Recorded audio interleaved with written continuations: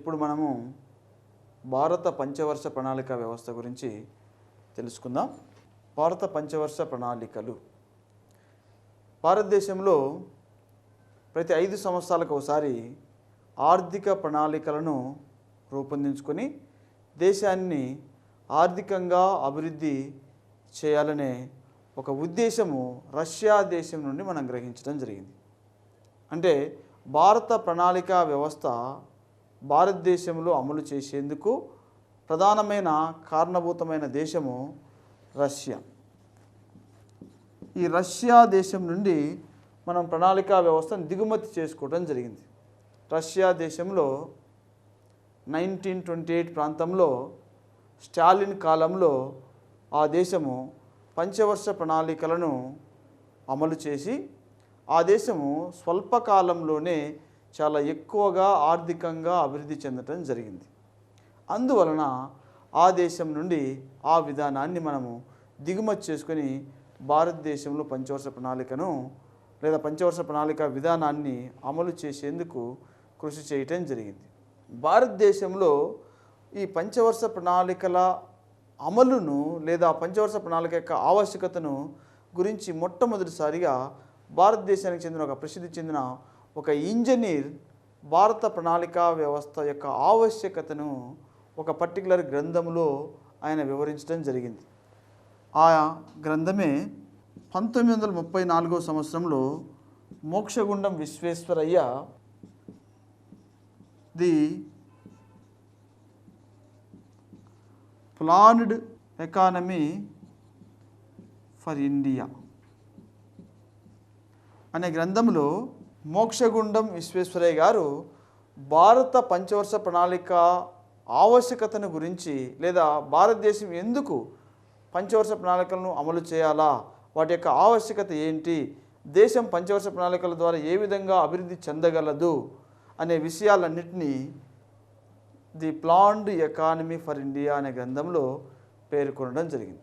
ఈ విధంగా భారతదేశంలో పంచవర్ష ప్రణాళిక యొక్క ఆవశ్యకతను మొట్టమొదటిసారిగా వివరించి చెప్పిన గొప్ప ఇంజనీర్ మోక్షగుండం విశ్వేశ్వర. ఈయన భారతదేశం గర్వించదగిన గొప్ప ఇంజనీర్, సివిల్ ఇంజనీర్. ఈయనకు భారతరత్న అవార్డు కూడా ఇవ్వడం జరిగింది. ఈయన జన్మదినమైన సెప్టెంబర్ 15ను ఇంజనీర్స్ డేగా కూడా సెలబ్రేట్ చేయడం జరిగింది.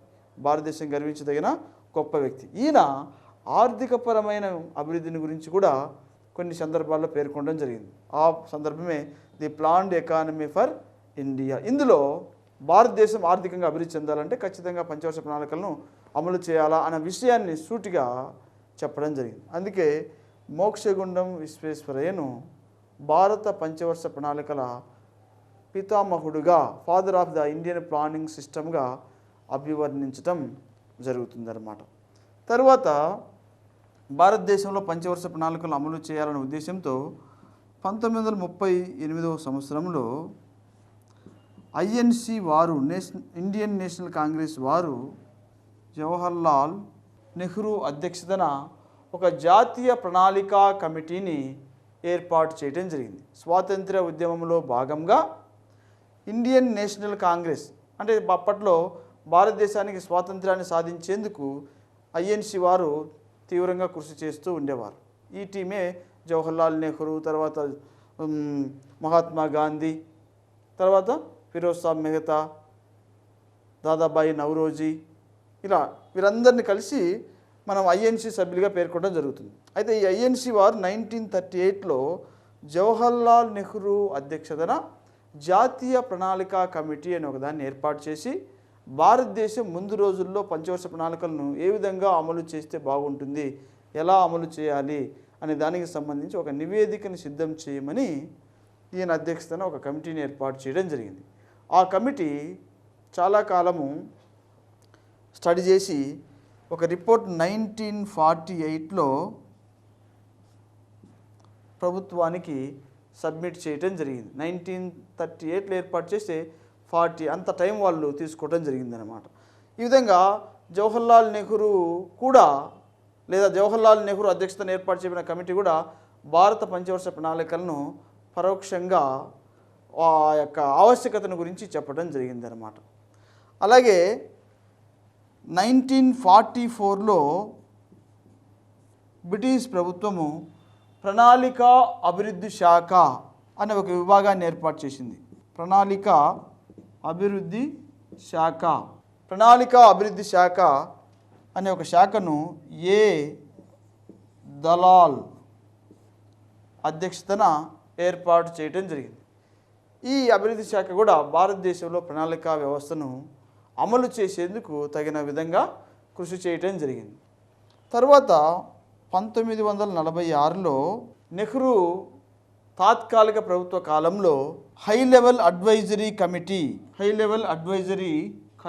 అనే ఒక కమిటీని కేసీ నియోగి అధ్యక్షతన తాత్కాలిక ప్రభుత్వం ఏర్పాటు చేయడం జరిగింది. 1946లో బ్రిటిష్ వారు స్వాతంత్రం ఇవ్వక ముందే జవహర్లాల్ నెహ్రూ ఆధ్వర్యంలో తాత్కాలిక ప్రభుత్వాన్ని ఏర్పాటు చేసుకునేందుకు అవకాశం కల్పించడం జరిగింది.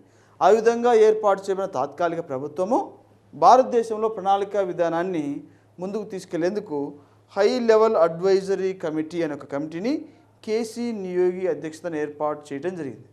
ఈ హై లెవెల్ అడ్వైజరీ కమిటీ వారు భారతదేశంలో ప్రణాళికా వ్యవస్థను ముందుకు తీసుకెళ్లేందుకు ఒక స్థిరమైన ప్రణాళికా సంఘము అనేది ఏర్పాటు చేయాలా అని సిఫార్సు చేయడం జరిగింది. ఈ హై లెవెల్ అడ్వైజరీ కమిటీ భారతదేశంలో పంచవర్ష ప్రణాళికలను సక్రమంగా అమలు చేసేందుకు ఒక స్థిరమైన వ్యవస్థ అనేది ఏర్పాటు చేయాలా, అది ప్రణాళికా సంఘం రూపంలో ఉండాలా అని సిఫార్సు చేయడం జరిగింది. ఈ హై లెవెల్ అడ్వైజరీ కమిటీ సిఫార్సు చేయకంటే ముందుగానే భారతదేశంలో మొట్టమొదటిసారిగా ప్రణాళికా సంఘాన్ని ఒక వ్యక్తి సూచించడం జరిగింది. ఆయన పేరే సుభాష్ చంద్రబోస్. భారతదేశానికి మొట్టమొదటిసారిగా ప్రణాళికా సంఘాన్ని సూచించిన వ్యక్తి సుభాష్ చంద్రబోస్. అలాగే భారతదేశంలో ప్రణాళికా వ్యవస్థను విజయవంతంగా ముందుకు తీసుకెళ్లాలంటే ఒక స్థిరమైన పటిష్టమైన వ్యవస్థ అనేది అవసరం అని ఈ కమిటీ పర్టికులర్గా సూచించడం జరిగింది. అదే మనం ప్రస్తుతం ప్రణాళిక సంఘంగా కూడా ఏర్పాటు చేసుకొని ప్రణాళికలను అమలు చేయడం జరుగుతూ ఉంది. ఈ విధంగా మనం చూస్తే ఈ వెర్షన్ అంతా చూస్తే భారతదేశంలో ప్రణాళికా వ్యవస్థకు ఆద్యుడు మోక్షగుండం విశ్వేశ్వరయ్య, మొట్టమొదటిసారిగా వ్యక్తిగతంగా ప్రణాళికా సంఘాన్ని సూచించిన వ్యక్తి సుభాష్ చంద్రబోస్.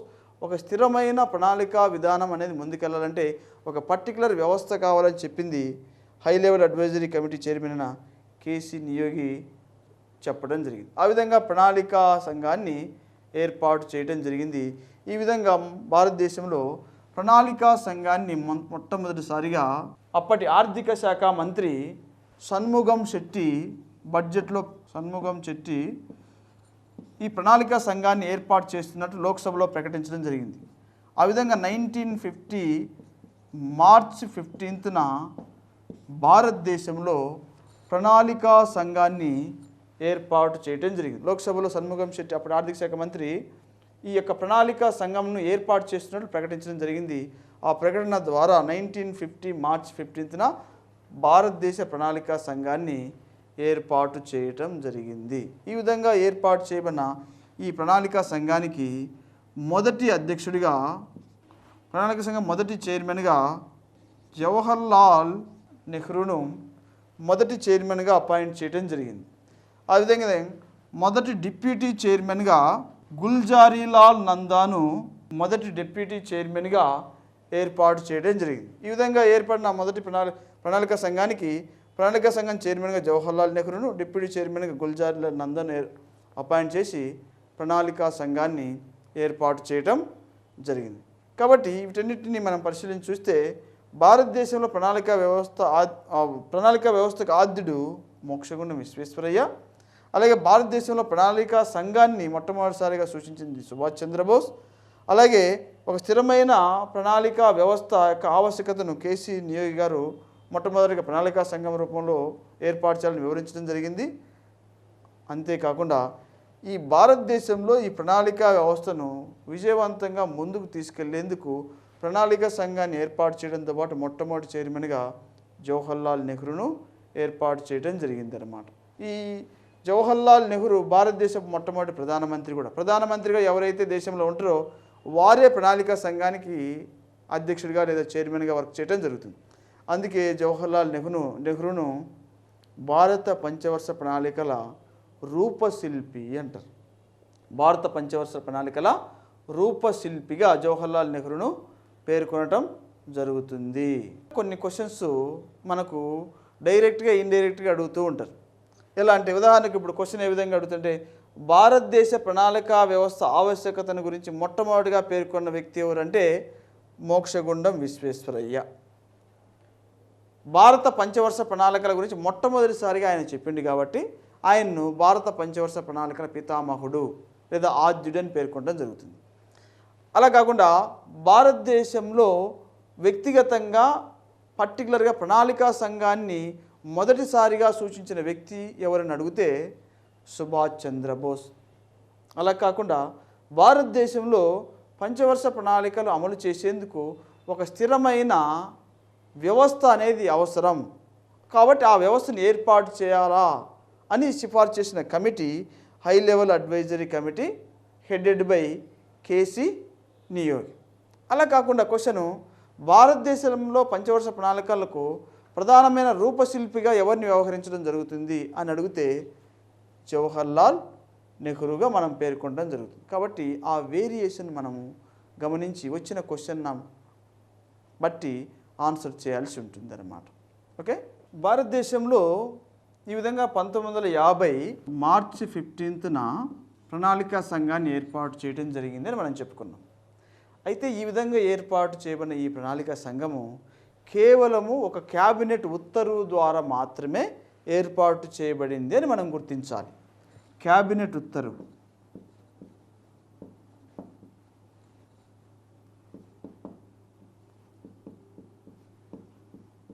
ఇది మన క్వశ్చన్ ఎగ్జామినేషన్ పాయింట్ ఆఫ్.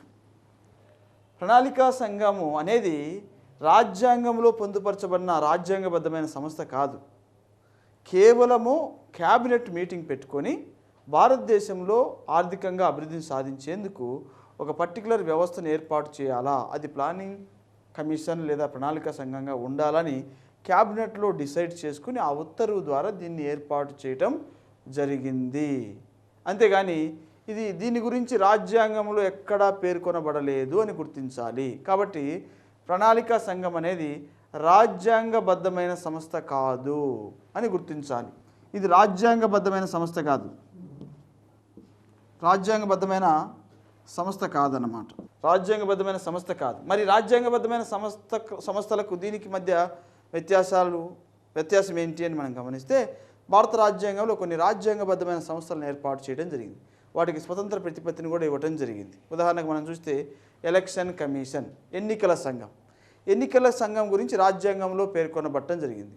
కాబట్టి ప్రభుత్వం ఏదన్నా చట్టం దానికి సంబంధించి చేయాలన్నా, ఏదైనా నిర్ణయం చేయాలన్నా రాజ్యాంగంలో దాని గురించి పొందుపరిచిన నియమావళి ప్రకారం చేయాల్సి ఉంటుంది. అలాగే ఇంకా అంతర్రాష్ట్ర మండలి, కంట్రోలర్ అండ్ ఆడిటర్ జనరల్, ఆర్థిక సంఘము ఇలాంటివి భారత రాజ్యాంగంలో పొందుపరచబడిన సంస్థలు.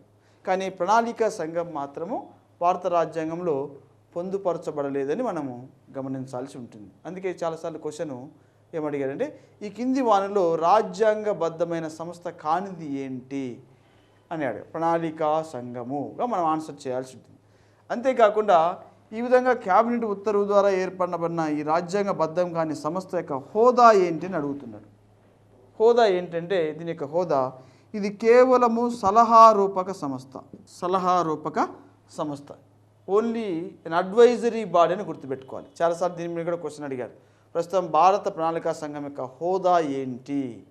ఇది చట్టబద్ధమైన సంస్థ కాదు, రాజ్యాంగబద్ధమైన సంస్థ కాదు, కేవలము సలహారూపక సంస్థ మాత్రమే అని గుర్తుంచుకోవాలి. ఎందుకంటే ఇది రాజ్యాంగంలో పేర్కొనబడలేదు. సలహారూపక సంస్థ అంటే ఈ ప్రణాళికా సంఘం చేసిన సూచనలు, సలహాలను ప్రభుత్వం ఇష్టం ఉంటే అమలు చేస్తుంది, ఇష్టం లేకపోతే అమలు చేయడానికి ఉత్సాహం చూపదు.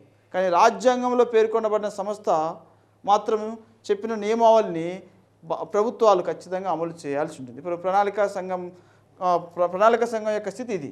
కానీ ఎలక్షన్ సంఘం ఏది చెప్తే రాజ్యాంగంలో పొందుపరిచిన నియమాల ప్రకారం ప్రభుత్వం ఆ విధంగా నడవాల్సిందే. అట్లా రాజ్యాంగంలో పొందుపరచబడిన సంస్థలకు దీనికి వ్యత్యాసం.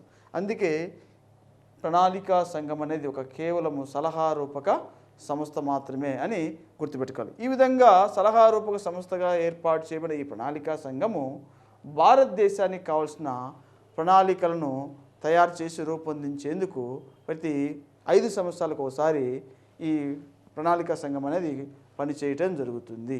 దీని యొక్క ప్రధానమైన ఫంక్షన్ భారతదేశ అభివృద్ధికి కావాల్సిన ప్రణాళికలను తయారు చేయటము. అలా తయారు చేసేందుకు ఈ ప్రణాళికా సంఘం ఒక అధ్యక్షుడు, ఒక ఉపాధ్యక్షుడు మరియు కేంద్ర ప్రభుత్వానికి సంబంధించిన కొంతమంది క్యాబినెట్ సభ్యులు కలిసి ఈ ప్రణాళికా సంఘాన్ని మరియు ఈ ప్రణాళికా సంఘం యొక్క విధి విధానాలను డిరైవ్ చేసి ముందుకు తీసుకెళ్లడం జరుగుతుందన్నమాట.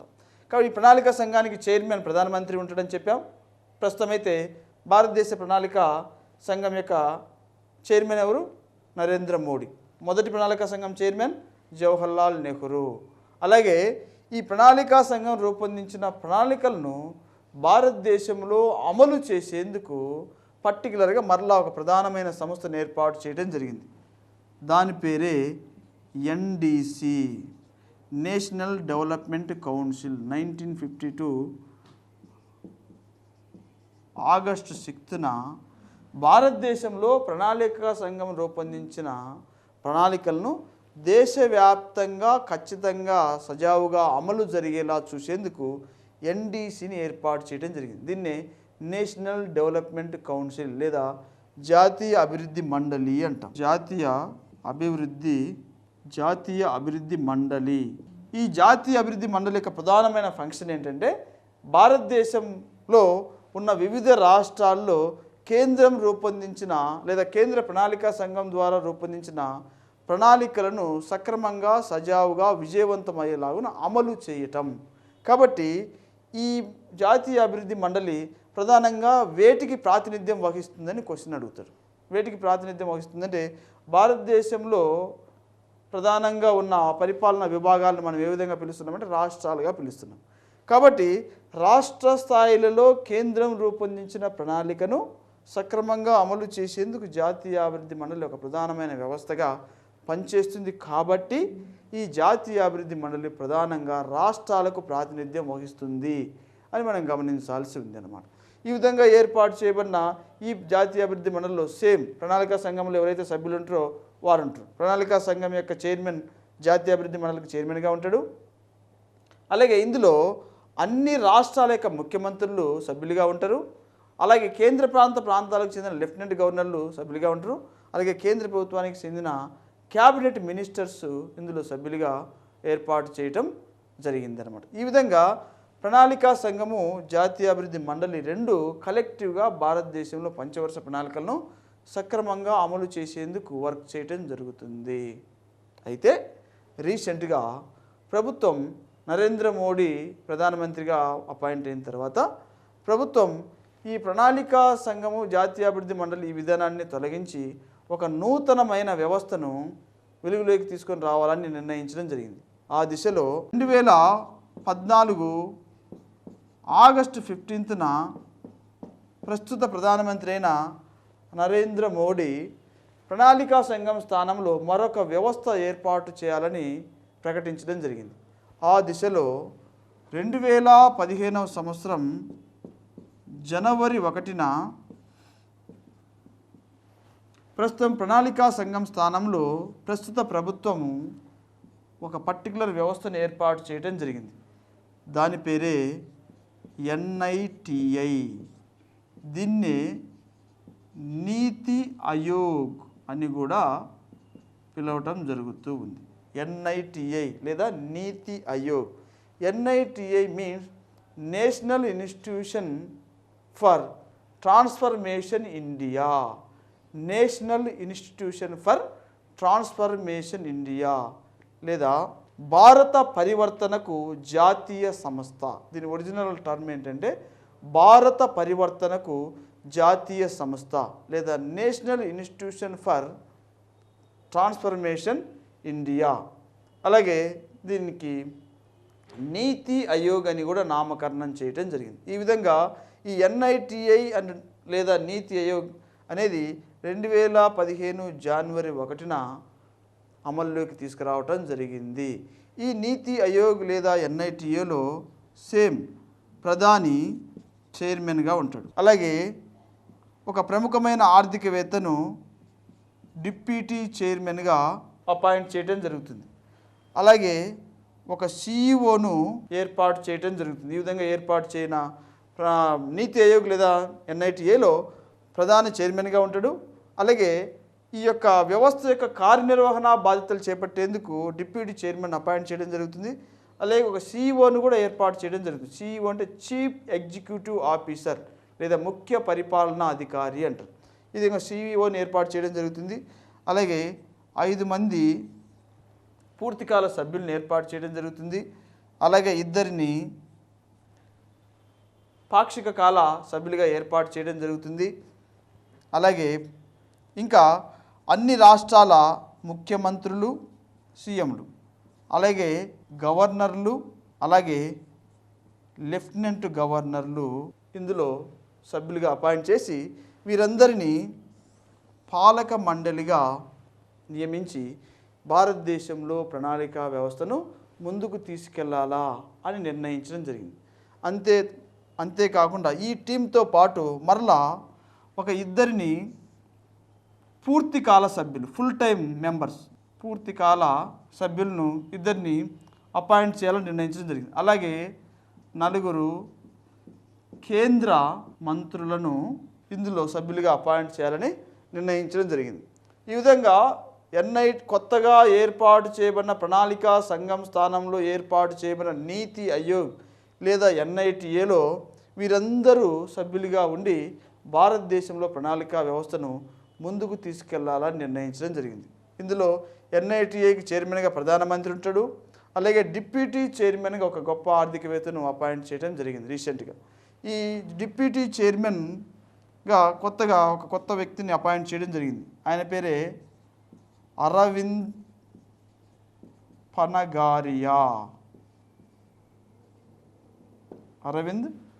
పనగారియా. ఈయన గుజరాత్ డెవలప్మెంట్ మోడల్ను ప్రిపేర్ చేసి నరేంద్ర మోడీ గారికి ఆ రాష్ట్రం ఆర్థికంగా అభివృద్ధి చెందేందుకు అరవింద్ పనగారియా గారు కృషి చేయడం జరిగింది. అందుకే గుజరాత్ డెవలప్మెంట్ మోడల్ను సిఫార్సు చేసిన వ్యక్తిగా ఈయనను పేర్కొనడం జరుగుతుంది. ఈయన ప్రస్తుతం అమెరికాలోని కొలంబియా విశ్వవిద్యాలయంలో ప్రొఫెసర్గా పనిచేస్తున్నాడు. ఇంకా వరల్డ్ బ్యాంకులో, ఐఎంఎఫ్లో రకరకాల హోదాలో ఈయన ఆర్థికవేత్తగా పనిచేశాడు. ప్రస్తుతం భారత ప్రభుత్వానికి ప్రధానమైన ఆర్థికపరమైన విషయాల్లో దేశాన్ని ఆర్థికంగా ముందుకు నడిపించేందుకు కావాల్సిన ఈ నీతి ఆయోగ్ లేదా ఎన్ఐటిఏకి డిప్యూటీ చైర్మన్గా పనిచేయడానికి అపాయింట్ చేయడం జరిగింది. కాబట్టి ఈ ఎన్ఐటిఏ లేదా నీతి ఆయోగ్కి చెందిన మొత్తం కార్యనిర్వహణ అధికారాలన్నింటినీ డిప్యూటీ చైర్మనే డీల్ చేయడం జరుగుతుంది. ఎందుకంటే ప్రధానమంత్రి బిజీగా ఉంటారు, ఆయన ఎన్నో విషయాలను టేకప్ చేయాల్సి ఉంటుంది. కాబట్టి పర్టికులర్గా ఈ వ్యవస్థకు సంబంధించిన మెయిన్ విషయాలన్నింటినీ ఈయన డీల్ చేయడం జరుగుతుంది. అందుకే డిప్యూటీ చైర్మన్ ఏమంటే ప్రధాన కార్యనిర్వహణ అధికారి, చీఫ్ ఎగ్జిక్యూటివ్ ఆఫీసర్గా పిలవటం జరుగుతుంది అన్నమాట. అలాగే ఒక సిఇఓను, చీఫ్ ఎగ్జిక్యూటివ్ ఆఫీసర్ను కూడా ప్రభుత్వం రీసెంట్గా అపాయింట్ చేయాలని నిర్ణయించింది అనమాట. ఆ విధంగా అపాయింట్ చేయడం జరిగింది. ఒక విశ్రాంత ఐఏఎస్ ఆఫీసర్ను సిఇఓగా అపాయింట్ చేయడం జరిగింది. ఆమె పేరే సింధుశ్రీ కల్లార్. ఎన్ఐటిఏకి సిఇఓగా ఒక విశ్రాంత అంటే రిటైర్డ్ ఐఏఎస్ ఆఫీసర్ను ప్రభుత్వం అపాయింట్ చేయడం జరిగింది. ఆమె పేరే సింధుశ్రీ కల్లార్ను ఏర్పాటు చేయడం జరిగింది. అలాగే పాలక మండలిలో ఇప్పుడు చెప్పుకున్న వీరందరూ అన్నమాట 5 మంది పూర్తికాల సభ్యులు, 2 పాక్షికాల సభ్యులు, అన్ని రాష్ట్రాల ముఖ్యమంత్రులు, అలాగే అన్ని రాష్ట్రాల గవర్నర్లు, అన్ని కేంద్రపాలిత ప్రాంతాల లెఫ్టినెంట్ గవర్నర్లు మరియు 4 కేంద్ర మంత్రులను కూడా ప్రభుత్వం అపాయింట్ చేయడం జరిగింది. ఈ 4 కేంద్ర మంత్రుల్లో అరుణ్ జైట్లీ ఒకరు, అలాగే రాజ్నాథ్ సింగ్ ఒకరు, అలాగే సురేష్ ప్రభు ఒకరు, అలాగే రాధామోహన్ సింగ్ మరొకరు. ఈ 4 ప్రభుత్వం ప్రణాళికా సంఘంలో క్యాబినెట్ మంత్రులుగా 4 ప్రణాళికా సంఘంలో సభ్యులుగా అపాయింట్ చేయడం జరిగింది, లేదా నీతి ఆయోగ్లు ఎన్ఐటిఏలో సభ్యులుగా అపాయింట్ చేయడం జరిగింది. అలాగే పూర్తికాల సభ్యులని 2 అపాయింట్ చేయడం జరిగింది. అంటే వాళ్ళు ఇంకా నీతి ఆయోగ్ ఉన్నంతకాలం ఆ వ్యవస్థకు పూర్తికాల పర్మనెంట్ మెంబర్స్గా వర్క్ చేసే విధంగా ప్రభుత్వం 2 అపాయింట్ చేయడం జరిగింది. వారు ఎవరంటే ఆ పూర్తికాల సభ్యుల్లో ఒకరు వివేక్ దేబ్రాయ్, ఈయన ఒక ప్రముఖమైన ఆర్థికవేత్త అన్నమాట. రెండవ వ్యక్తి వికే సారస్వత్. ఈ విధంగా ఎన్ఐటిఐకి వివేక్ దేబ్రాయ్ మరియు వికే సారస్వత్ అనే ఇద్దరిని పూర్తికాల సభ్యులుగా ప్రభుత్వం అపాయింట్ చేయడం జరిగింది. ఈ విధంగా ఏర్పాటు చేయబడిన ఈ టీం భారతదేశంలో పంచవర్ష ప్రణాళికలను సమర్థవంతంగా అమలు చేసేందుకు, కృషి చేసేందుకు, లేదా భారతదేశంలో పంచవర్ష ప్రణాళికను విజయవంతంగా ముందుకు తీసుకెళ్లేందుకు ఈ టీం అంతా సమర్థంగా వర్క్ చేసేందుకు కృషి చేయాలని నిర్ణయించడం జరిగింది. సో ఈ విధంగా ఎన్ఐటిఐ యొక్క ప్రధానమైన ఉద్దేశం ఏంటంటే అందరితో కలిసి అందరి అభివృద్ధి నిమిత్తము. సబ్కా సాథ్ సబ్కా వికాస్, సబ్కా సాథ్ సబ్కా వికాస్, అందరితో కలిసి అందరి అభివృద్ధి నిమిత్తము. సబ్కా సాథ్ సబ్కా వికాస్ అనే నినాదంతో ఈ వ్యవస్థను ముందుకు తీసుకెళ్లాలని నిర్ణయించడం జరిగింది. అంతేకాకుండా ఇంకా భారతదేశంలో పంచవర్ష ప్రణాళికలను సమర్థవంతంగా అమలు చేయాలంటే ఖచ్చితంగా ఎవరి సహకారం అవసరం? రాష్ట్రాల సహకారం అవసరం. కాబట్టి నూతనంగా ఏర్పడిన వ్యవస్థ అయిన ఈ ఎన్ఐటిఐ రాష్ట్రాల సహకారాన్ని తీసుకొని ముందుకెళ్లాలని నిర్ణయించడం జరిగింది. అందుకే ఈ ఎన్ఐటిఐ ఒక పర్టికులర్ నినాదంతో ముందుకెళ్తూ ఉంది. అదేంటంటే బలమైన రాష్ట్రాలతో బలమైన కేంద్రం. అంటే గతంలో కంటే ఇప్పుడు రాష్ట్రాలకు ఎక్కువ ప్రాతినిధ్యాన్ని కల్పించాలి, రాష్ట్రాలకు ఎక్కువ వనరులను కూడా కేటాయించాలి అన్న ఒక పర్టికులర్ ఉద్దేశంతో ప్రభుత్వం ముందుకెళ్లాలని నిర్ణయించడం జరిగింది. ఇందులో భాగంగానే రీసెంట్గా మనం గమనిస్తే కేంద్ర ప్రభుత్వం రాష్ట్రాలకు గతంలో చెల్లించే పన్నుల వాటాను కూడా ఎక్కువగా పెంచేసింది. గతంలో కేంద్ర ప్రభుత్వం రాష్ట్రాలకు 32% పన్నుల వాటాను కేటాయించేది. ఇప్పుడు 42% రాష్ట్రాలకు పన్నుల వాటాను కేటాయిస్తుంది. అంటే దీని అర్థం ఏమిటంటే ఈ విధంగా నూతనంగా ఏర్పాటు చేయబడిన ఈ వ్యవస్థ ద్వారా రాష్ట్రాలకు ఎక్కువ వనరులను, ఎక్కువ బాధ్యతలను, ఎక్కువ విధులను సమకూర్చడం ద్వారా కేంద్రం వారిని కలుపుకొని అల్టిమేట్గా దేశాన్ని అభివృద్ధి పదంలో విజయవంతంగా తీసుకెళ్లాలన్న కాన్సెప్ట్తో ఒక నూతనమైన వ్యవస్థను ఎన్ఐటిఐ రూపంలో ప్రభుత్వం ముందుకు తీసుకొని రావటం జరిగింది. ఈ వ్యవస్థ ద్వారా ప్రస్తుతం ప్రణాళిక విధానం అనేది భారతదేశంలో ముందుకు తీసుకెళ్లాలని నిర్ణయించడం జరిగింది. ఈ విధంగా భారత ప్రభుత్వం నూతనంగా వెలుగులోకి తీసుకొచ్చిన నీతి ఆయోగ్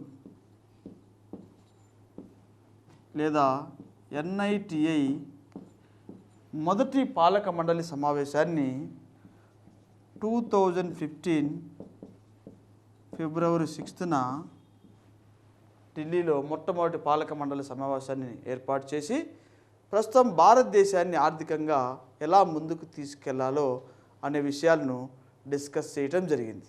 అంతేకాకుండా ఇంకా రాష్ట్రాలకు ఎక్కువ ప్రాతినిధ్యం కల్పించే ఉద్దేశంతో కేంద్ర ప్రభుత్వం ప్రాంతీయ మండళ్లను ఏర్పాటు చేయాలని నిర్ణయించింది.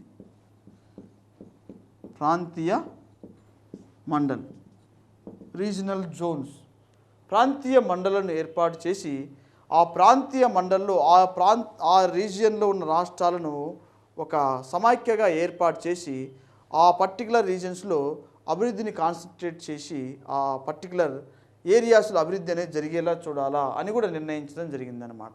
సో ఈ ప్రాంతీయ మండళ్ళకు కూడా ప్రధాని చైర్మన్గా ఉంటాడు, లేదా ప్రధాని అపాయింట్ చేసిన వ్యక్తి చైర్మన్గా ఉండటం జరుగుతుంది.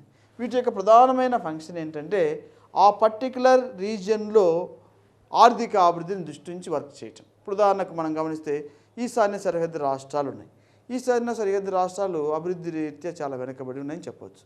కాబట్టి అక్కడ ఆ ఈశాన్య సరిహద్దు రాష్ట్రాలతో ఒక ప్రాంతీయ మండలిని ఏర్పాటు చేసి ఆ ప్రాంతాలు ప్రాపర్గా అభివృద్ధి జరిగేలా లేదా అభివృద్ధి చెందేలా ఈ మండళ్ళ ద్వారా ప్రభుత్వం పర్టికులర్గా ఎక్సర్సైజ్ చేయాలా అని ఉద్దేశించడం జరిగింది. ఈ విధంగా నూతనంగా ఏర్పడిన ఈ యొక్క NITI అనేది ముందుకు సాగాలని నిర్ణయించడం జరిగింది.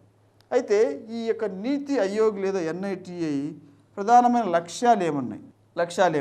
ఆ లక్ష్యాల్లో మనము మొదటిగా ఉపాధి కల్పన.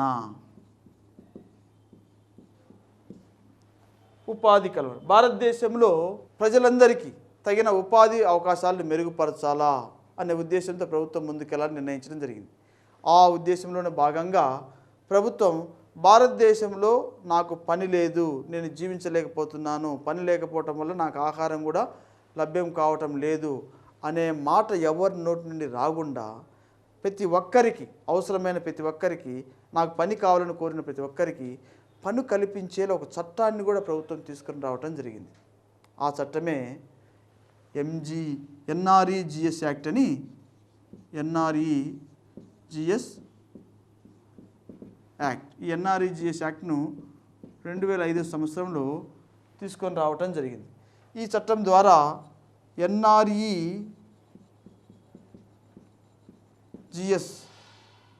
NREGS పథకాన్ని 2006 ఫిబ్రవరి 2న భారతదేశంలో, పర్టికులర్గా ఆంధ్రప్రదేశ్ రాష్ట్రంలో అనంతపురం జిల్లా బండ్లపల్లి వద్ద ప్రారంభించడం జరిగింది. ఈ విధంగా భారతదేశంలో ఉన్న ప్రజలందరికీ ఉపాధిని కల్పించడం ద్వారా సంపూర్ణ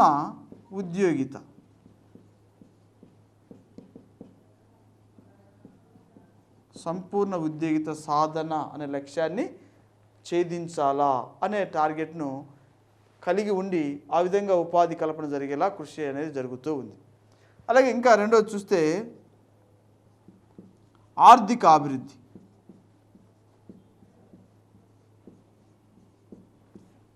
భారతదేశ పంచవర్ష ప్రణాళిక యొక్క లక్ష్యాల్లో రెండవ ముఖ్యమైన లక్ష్యంగా ఆర్థిక అభివృద్ధిని మనం పేర్కొనవచ్చు.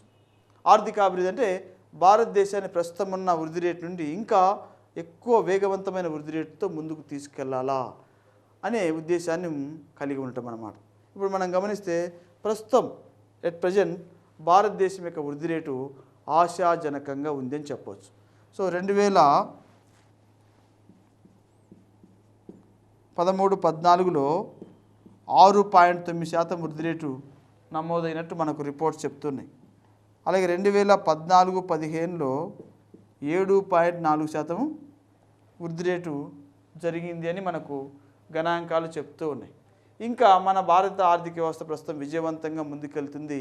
భారత ఆర్థిక వ్యవస్థ ఆర్థిక అభివృద్ధి రేటును ప్రపంచ ఆర్థిక సంస్థలు కూడా కొనియాడుతూ ఉన్నాయి. రీసెంట్గా వరల్డ్ బ్యాంక్ వారు, IMF వారు కూడా ప్రస్తుతం భారత ఆర్థిక వ్యవస్థ యొక్క వృద్ధి రేటు చాలా వేగవంతంగా ముందుకెళ్తుంది.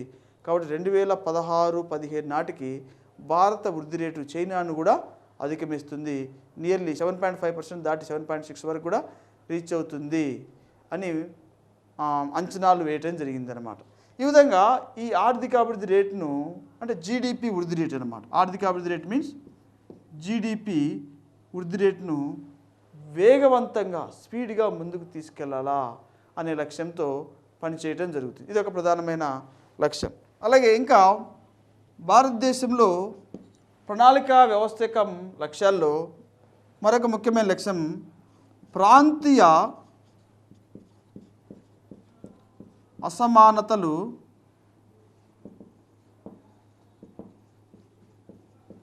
తొలగించి సమాన ఆర్థికాభివృద్ధిని సాధించటం. మన క్వశ్చన్ అడుగుతాడు, భారత పంచవర్ష ప్రణాళిక లక్ష్యాల్లో కానిది కింది వాంట్లో ఏది అని. కాబట్టి మనం ఇవన్నీ మనము గుర్తించాల్సి ఉంటుంది. ప్రాంతీయ అసమానతలు తొలగించి సమాన ఆర్థిక అభివృద్ధిని సాధించడం భారత పంచవర్ష ప్రణాళిక వ్యవస్థలో ఇది ఒక ముఖ్యమైన లక్ష్యంగా కూడా మనం పేర్కొనవచ్చు. ప్రస్తుతం భారతదేశాన్ని మనం పరిశీలిస్తే భారతదేశంలో కొన్ని పర్టికులర్ ప్రాంతాలు ఆర్థికంగా బాగా అభివృద్ధి చెందాయి, కొన్ని పర్టికులర్ ప్రాంతాలు ఆర్థికంగా వెనుకబడి ఉన్నాయి అన్నట్టు.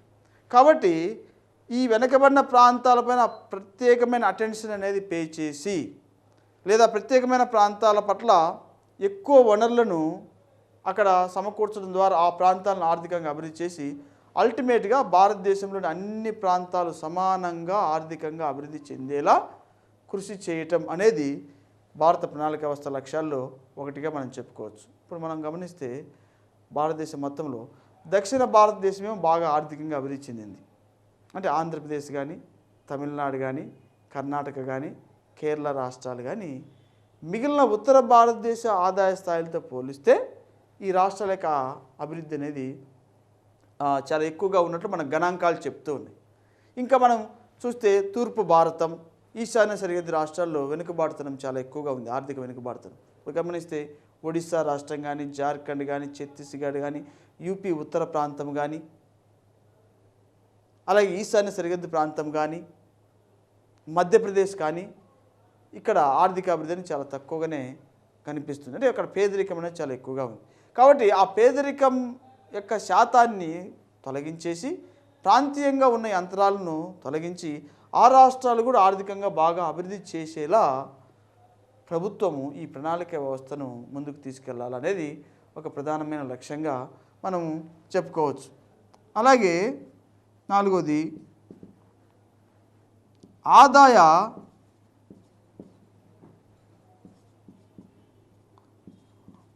అసమానతలు తొలగించి సామ్యవాద తరహా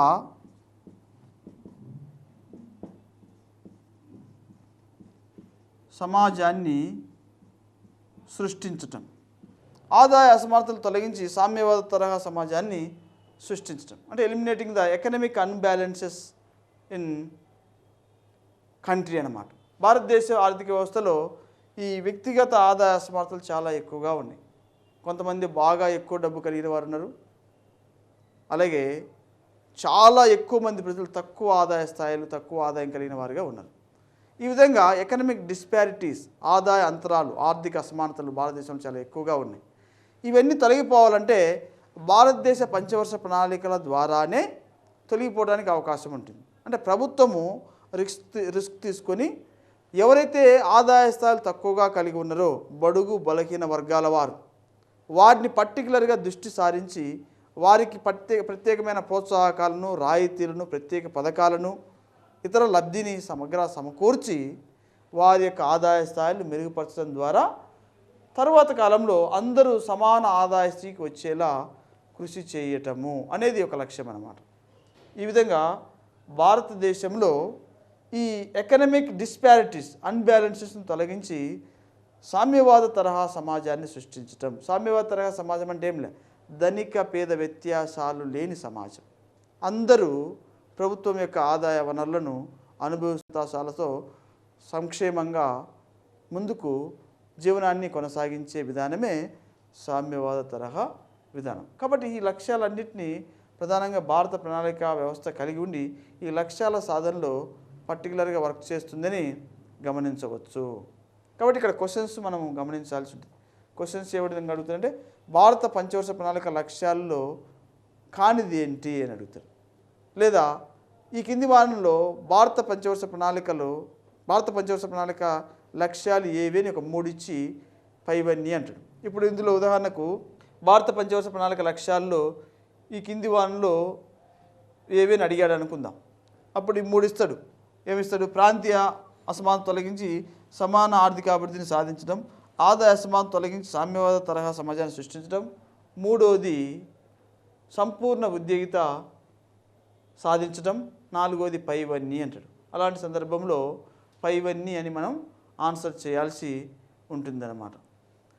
అలా కాకుండా భారత పంచవర్ష ప్రణాళిక లక్ష్యాల్లో అత్యంత ప్రధానమైన లక్ష్యము అని అడుగుతాడు. అడిగి అక్కడ ఆప్షన్స్ ఇస్తాడనమాట. ఏమిస్తాడు? 1 కేవలం సేవారంగ అభివృద్ధి, ఆప్షన్ ఏ.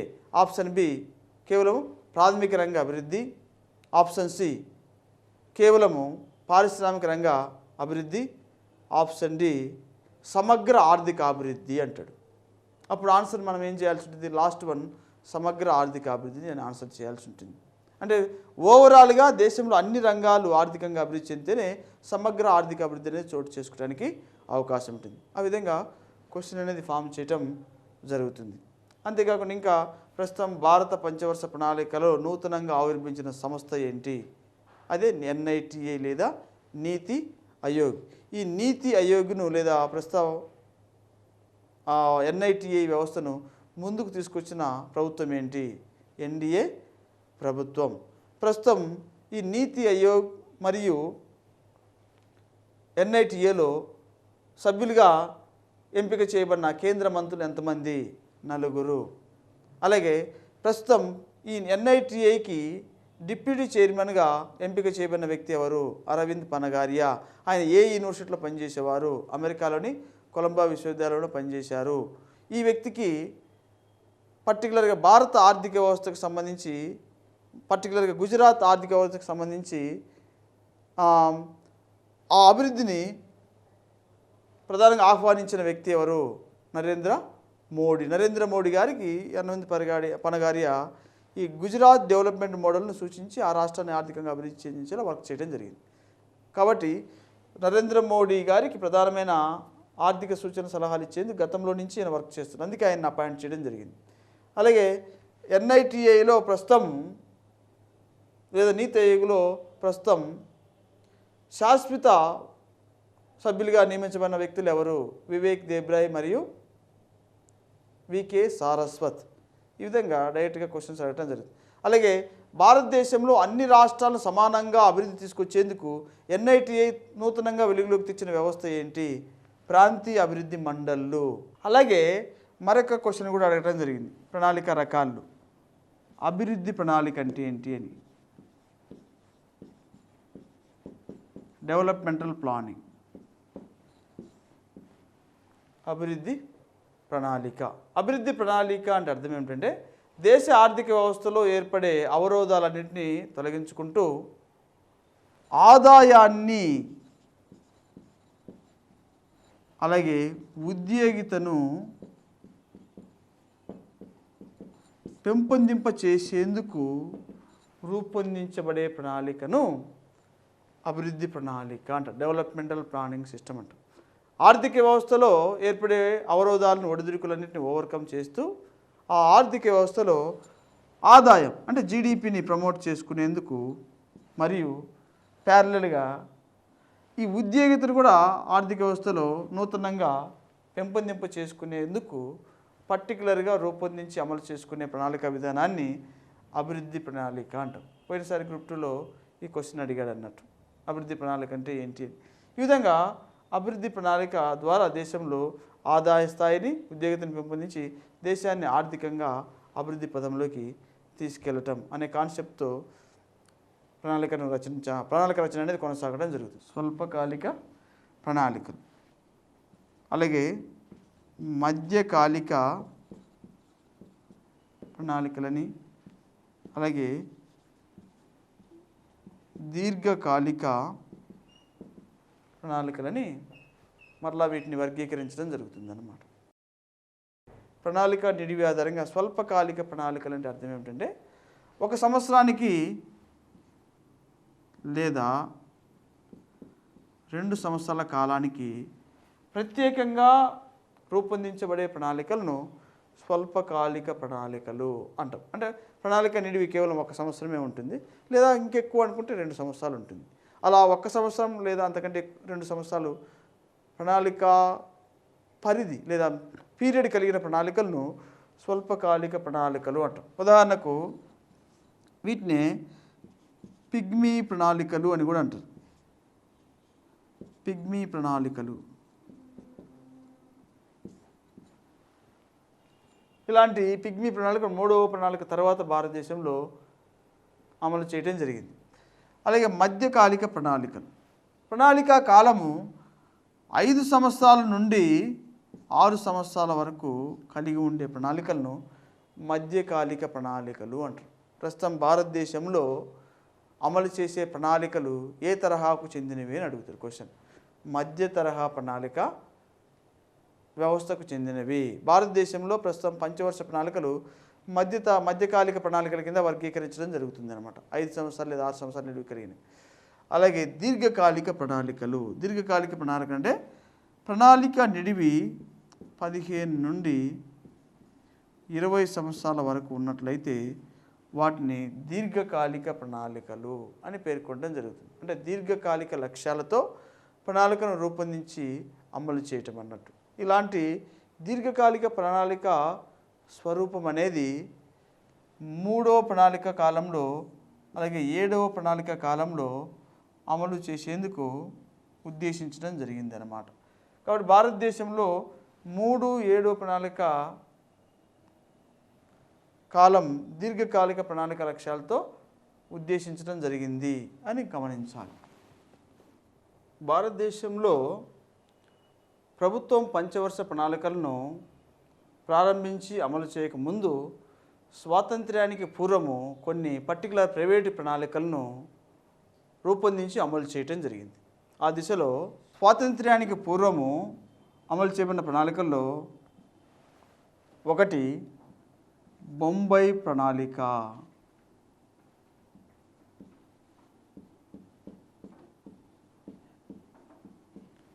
బొంబాయి ప్రణాళిక ఈ బొంబాయి ప్రణాళికను 1943లో ప్రిపేర్ చేసి 1944లో దీన్ని కార్యరూపంలోకి తీసుకురావటం జరిగింది. ఈ యొక్క బొంబాయి ప్రణాళిక యొక్క ప్రధానమైన లక్ష్యం ఏంటంటే ఏ ప్లాన్ ఫర్ ఎకనామిక్ డెవలప్మెంట్ అనే లక్ష్యంతో ఈ ప్రణాళికను రూపొందించి అమలు చేసేందుకు కృషి చేయటం జరిగింది. ఈ ప్రణాళిక 10,000 కోట్ల రూపాయల పెట్టుబడులతో 15 సంవత్సరాల నిడివితో ఈ ప్రణాళికను అమలు చేసేందుకు తగిన కార్యాచరణను చేపట్టడం జరిగిందనమాట. 10,000 కోట్ల రూపాయలను బొంబాయి ప్రణాళికలో ఖర్చు చేయాలని, ఈ ప్రణాళిక కాలాన్ని 15 సంవత్సరాల వరకు నిడివిగా నిర్ణయించి అమలు చేయాలని నిర్ణయించి ఆ విధంగా వర్క్ చేయడం జరిగింది. ఈ ముంబై ప్రణాళిక ద్వారా ఉద్దేశించిన ప్రధానమైన లక్ష్యం ఏంటంటే దేశంలో మౌలిక పరిశ్రమల ఏర్పాటు జరగాల అని ప్రధానంగా నిర్ణయించడం జరిగింది. ఈ మౌలిక పరిశ్రమలు కూడా ప్రైవేట్ రంగంలో ఏర్పాటు చేసేందుకు ముంబై ప్రణాళికలో కృషి అనేది జరగటం జరిగిందనమాట. సో ముంబై ప్రణాళిక 10,000 కోట్లను లక్ష్యంగా నిర్ణయించడం జరిగింది. 15 సంవత్సరాల కాలాన్ని నిర్ణయించడం జరిగింది. గాంధీయన్ ప్రణాళిక ఈ గాంధీయన్ ప్రణాళికను 1944లో శ్రీమన్నారాయణ్ అగర్వాల్ అనే వ్యక్తి తయారు చేసి రూపొందించడం జరిగింది.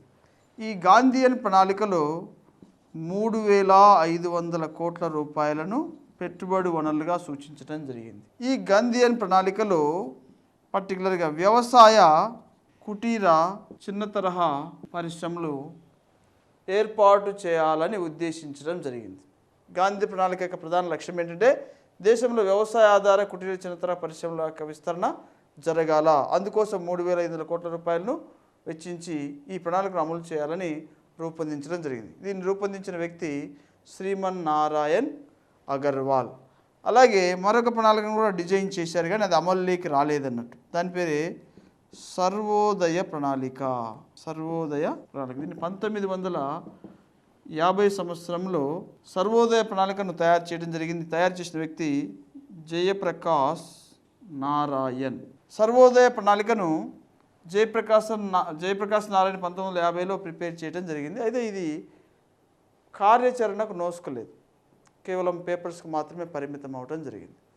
ఈ ప్రణాళిక యొక్క ప్రధానమైన ఉద్దేశం ఏంటంటే భారతదేశంలో ప్రజలందరికీ సర్వోదయాన్ని కల్పించడం, అందరూ సుభిక్షంగా సలక్షణంగా నివసించేలా వర్క్ చేయటం, గ్రామ స్వరాజ్యాన్ని సృష్టించటం, ప్రజలందరూ పరిపాలనలో భాగస్వాములు అవ్వటం, అలాగే అంటరానితనాన్ని నిర్మూలించటం, ఈ విధంగా సర్వ జనాంగానికి సుభిక్షాన్ని, సంతోషాన్ని, క్షేమాన్ని పెంపొందించే ప్రణాళిక నేను తయారు చేయడం జరిగింది.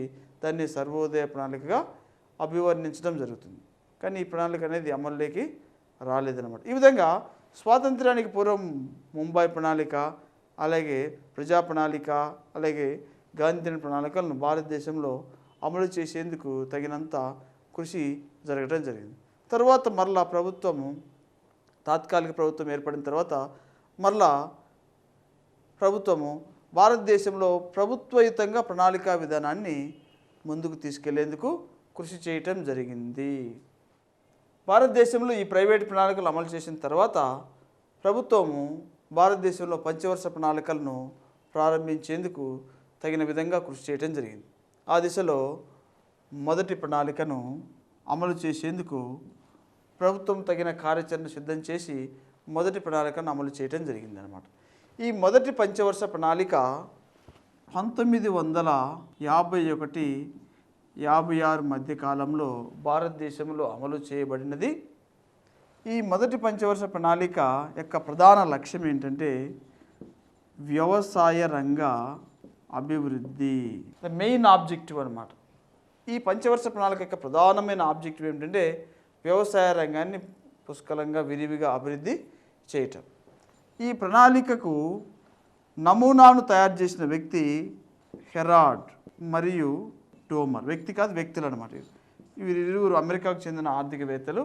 వీరు మొదటి ప్రణాళిక యొక్క నమూనాను ప్రిపేర్ చేయటం జరిగిందన్నమాట. ఈ హెరాల్డ్ డోమర్ మోడల్లో మొదటి ప్రణాళిక అనేది అమలు చేసేందుకు మోక్షగుండం విశ్వేశ్వరయ్య యొక్క కృషిని కూడా ప్రభుత్వం తీసుకోవటం జరిగింది. ఈ హెరాల్డ్ డోమర్ నమూనా ఏం చెప్తుందంటే తక్కువ పెట్టుబడి వనరులతో ఎక్కువ ఉద్యోగతను సృష్టించాలని చెప్తుంది అన్నట్టు. అదే ఆ మోడల్ యొక్క ప్రధానమైన ఇతివృత్తం. తక్కువ పెట్టుబడితో ఎక్కువ ఉపాధి కల్పించేందుకు అనుకూలత కలిగిన రంగము ఒకటే ఉంది, అదే వ్యవసాయ రంగము. తక్కువ పెట్టుబడి వనరులతో ఎక్కువ మంది ఉపాధి కల్పించేందుకు అనుకూలత కలిగిన రంగం వ్యవసాయ రంగం. కాబట్టి మొదటి పంచవర్ష ప్రణాళిక కాలంలో వ్యవసాయ రంగాన్ని దృష్టి సారించడం జరిగిందన్నమాట. అంటే వ్యవసాయ రంగంలో తక్కువ పెట్టుబడి వనరులతో ఎక్కువ ఉపాధిని కల్పించేందుకు అవకాశం ఉంటుంది. ఎందుకంటే నైపుణ్యత అవసరం లేని శ్రామికులు వ్యవసాయ రంగంలో పనిచేయడానికి వీలుంటుంది కాబట్టి. కానీ పారిశ్రామిక సేవా రంగంలో నైపుణ్యం కలిగిన శ్రామికులు అవసరం కాబట్టి వారికి చెల్లించాల్సిన రెమ్యునరేషన్ కూడా ఎక్కువగా ఉండటం జరుగుతుందన్నమాట. కాబట్టి తక్కువ పెట్టుబడి వనరులతో ఎక్కువ ఉపాధిని కల్పించేందుకు అనుకూలమైన నమూనానే హెరాల్డ్ డోమర్ రూపొందించడం జరిగింది అన్నమాట.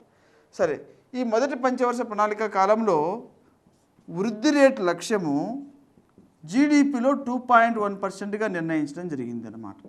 జీడిపిలో వృద్ధి రేటు లక్ష్యము 2.1గా నిర్ణయించడం జరిగింది. సాధించింది మాత్రం 3.6%.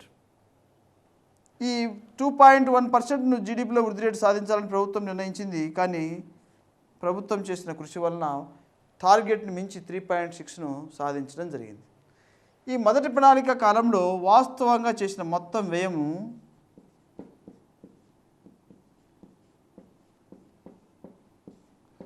$1960 కోట్లు.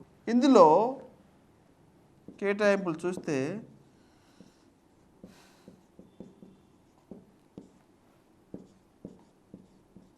వ్యవసాయం,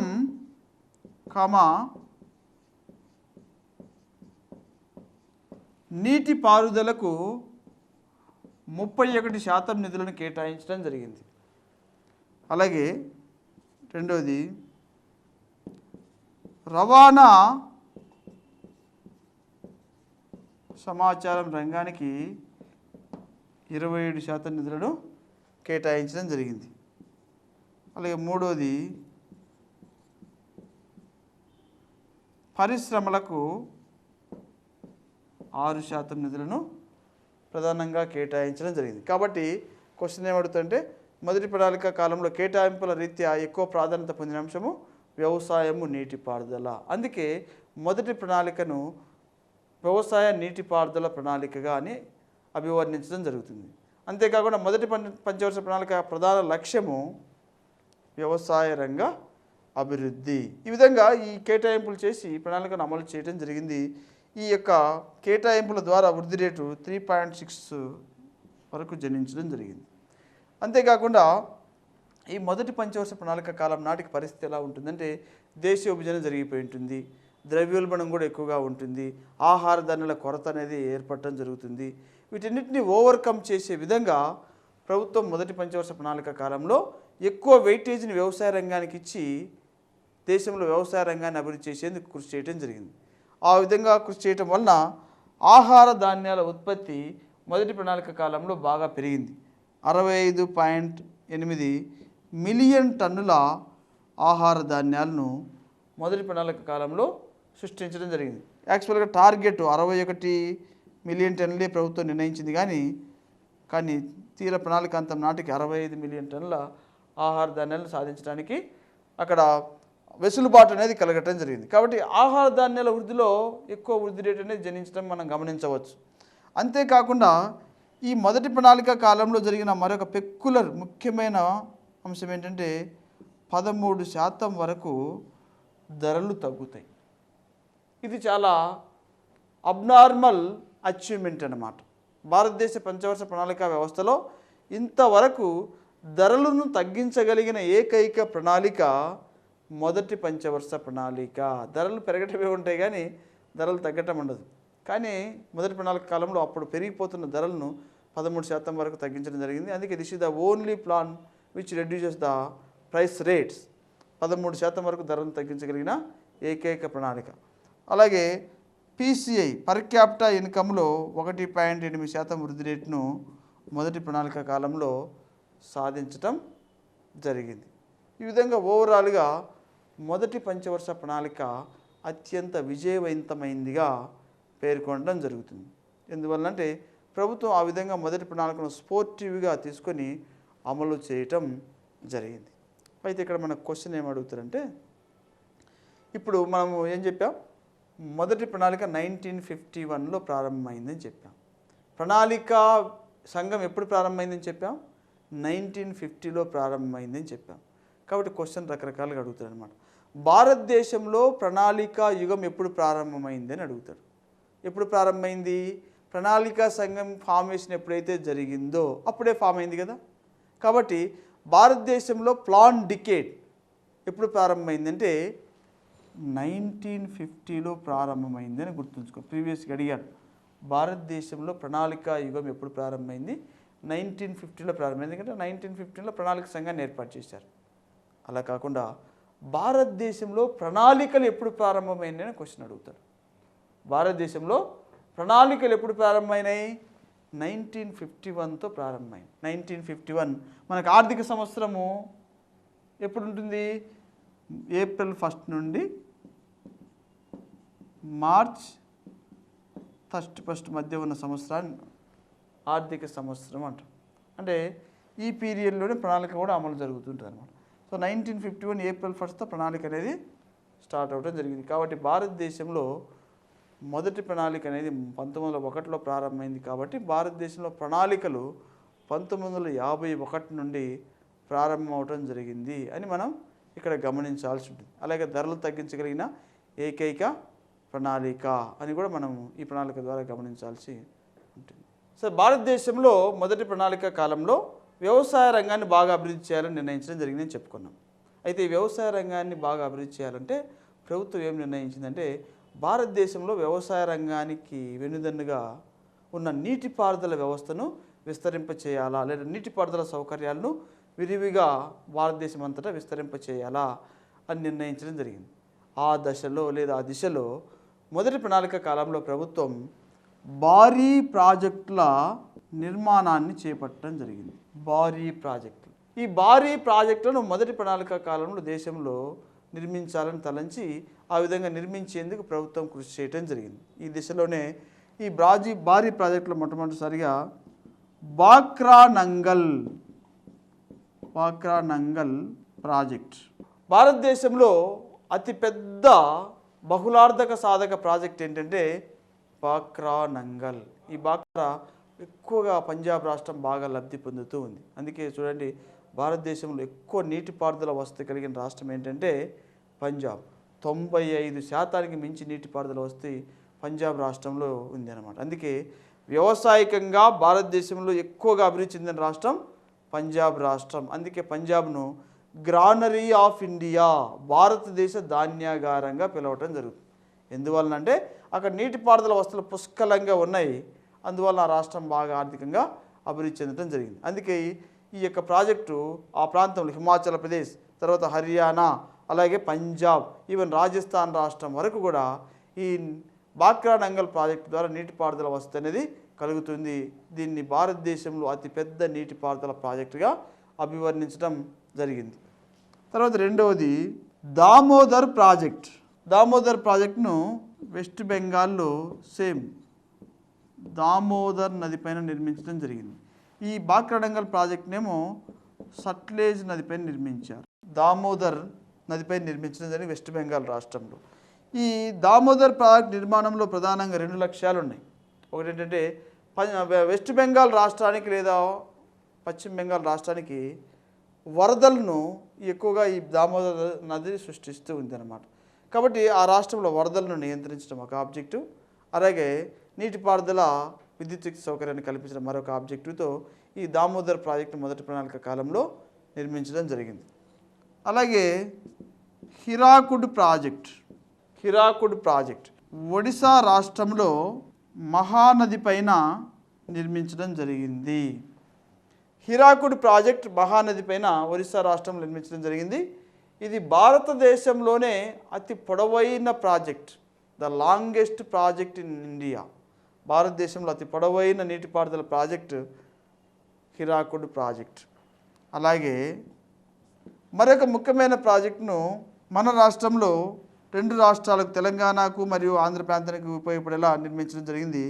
అదే దక్షిణ భారతదేశంలోనే ఒక ప్రసిద్ధి చెందిన project Nagarjuna Sagar AP and AP plus Telangana state. ఇది కృష్ణా నది పైన నిర్మించడం జరిగింది. నాగార్జున సాగర్ ప్రాజెక్ట్ అనేది భారతదేశంలో ఒక ప్రసిద్ధి చెందిన ప్రాజెక్టుగా చెప్పుకోవచ్చు. ప్రపంచంలోనే అతి ఎత్తైన రాతి ఆనకట్టగా కూడా దీన్ని అభివర్ణించడం జరుగుతుంది. దక్షిణ భారతదేశంలోనే ఒక ముఖ్యమైన నీటిపారుదల ప్రాజెక్టుగా కూడా దీన్ని అభివర్ణించడం జరుగుతుంది. ఈ ప్రాజెక్టు ద్వారా చాలా భూమి నీటిపారుదల వస్తువులోకి రావడం జరిగింది. ఇక్కడ 1955లో నల్గొండ జిల్లా నందికొండ గ్రామం వద్ద ఈ యొక్క ప్రాజెక్టును జవహర్లాల్ నెహ్రూ గారు వచ్చి శంకుస్థాపన చేసి ప్రారంభించడం జరిగింది. మొదటి ప్రణాళికలో భాగంగా 1955వ సంవత్సరంలో నందికొండ వద్దకు వచ్చి ఈ యొక్క ప్రాజెక్టుకు శిలాఫలకం వేసి శంకుస్థాపన చేసి ప్రాజెక్టు పనులు ప్రారంభించడం జరిగింది. ఈ విధంగా నాగార్జున సాగర్ ప్రాజెక్టు కూడా మొదటి ప్రణాళిక కాలంలో ప్రారంభించడం జరిగింది. అలాగే ఆంధ్ర మరియు ఒడిశా రాష్ట్రాలకు ఉపయోగపడే విధంగా ఒక ఉమ్మడి ప్రాజెక్టును కూడా మొదటి ప్రణాళిక కాలంలో నిర్మించడం జరిగింది. అదే మార్చ్కండ్ ప్రాజెక్ట్. ఇది ఆంధ్రప్రదేశ్ మరియు ఒడిశా రాష్ట్రాలకు ఉపయోగపడే విధంగా దీన్ని నిర్మించడం జరిగింది. ఆంధ్రప్రదేశ్ రాష్ట్రం మరియు ఒడిశా రాష్ట్రాల ఉమ్మడి ప్రాజెక్టుగా దీన్ని అభివర్ణించడం జరుగుతుందన్నమాట. ఈ మార్చ్కండ్ ప్రాజెక్టు నిర్మాణంలో ప్రధానమైన ఉద్దేశం ఏంటంటే ప్రధానంగా విద్యుత్ శక్తిని ఈ ప్రాజెక్టు ద్వారా అభివృద్ధి చేయటం లేదా విద్యుత్ శక్తిని పెంపొందింప చేయటం అనే కాన్సెప్ట్తో ఈ యొక్క ప్రాజెక్టులను నిర్మించడం జరిగింది. సో వీటన్నిటిని మనం పర్టికులర్గా భారీ ప్రాజెక్టులు అనటంతో పాటు ఇంకా మల్టీపర్పస్ ప్రాజెక్ట్స్ అని కూడా అంటాం. వీటిని తెలుగులో బహుళార్థక సాధక ప్రాజెక్టులు అని కూడా అభివర్ణించడం జరుగుతుంది. బహుళార్థక సాధక ప్రాజెక్టులు అంటే అర్థం ఏమిటంటే ఈ ప్రాజెక్టుల నిర్మాణం ద్వారా అనేక ప్రయోజనాలు కలుగుతూ ఉన్నాయి. బహుళార్థక సాధక ప్రాజెక్టు అంటే బహుళ ప్రయోజనాలు కలుగుతూ ఉన్న ప్రాజెక్టులు అని అర్థం. ఈ ప్రాజెక్టుల నిర్మాణం ద్వారా చాలా ప్రయోజనాలు కలుగుతూ ఉన్నాయి. ఒకటి ఏంటంటే సాగునీరు కలుగుతుంది వ్యవసాయయోగ్యమైన భూమికి. రెండోది తాగునీరు సౌకర్యం కలుగుతూ ఉంది. మూడోది వరద నివారణ జరుగుతూ ఉంది. నాలుగోది విద్యుత్ శక్తి ఉత్పత్తి అనేది కూడా జరుగుతుంది. ఈ విధంగా ఇలాంటి అన్ని ప్రయోజనాలు ఈ నీటిపారుదల ప్రాజెక్టుల నిర్మాణం ద్వారా జరుగుతున్నాయి. కాబట్టి వీటిని బహుళార్థక సాధక ప్రాజెక్టులుగా అభివర్ణించడం జరుగుతూ ఉంది. అందుకే జవహర్లాల్ నెహ్రూ ఈ బహుళార్థక సాధక ప్రాజెక్టుల యొక్క నిర్మాణాన్ని ఏమంటే ఆధునిక దేవాలయాల నిర్మాణంతో పోల్చడం జరిగింది. సో ఈ యొక్క multipurpose projects described as construction of the modern టెంపుల్స్గా జవహర్లాల్ నెహ్రూ అభివర్ణించడం జరిగింది. తద్వారా ఈ యొక్క ప్రాజెక్టుల నిర్మాణం పూర్తి అయిపోయి భారతదేశంలో వ్యవసాయ రంగం అనేది బాగా అభివృద్ధి చెంది పాడి పంటలు పుష్కలంగా పండేలాగున మొదటి ప్రణాళిక అనేది ఎక్సర్సైజ్ చేయటం వల్ల వ్యవసాయ రంగానికి ఒక ప్రధానమైన మూమెంట్ అనేది ప్రారంభమై వ్యవసాయ రంగం బాగా అభివృద్ధి పదంలోకి వచ్చేందుకు మొదటి ప్రణాళికలో తగినంత కృషి జరిగిందని మనం చెప్పుకోవచ్చు.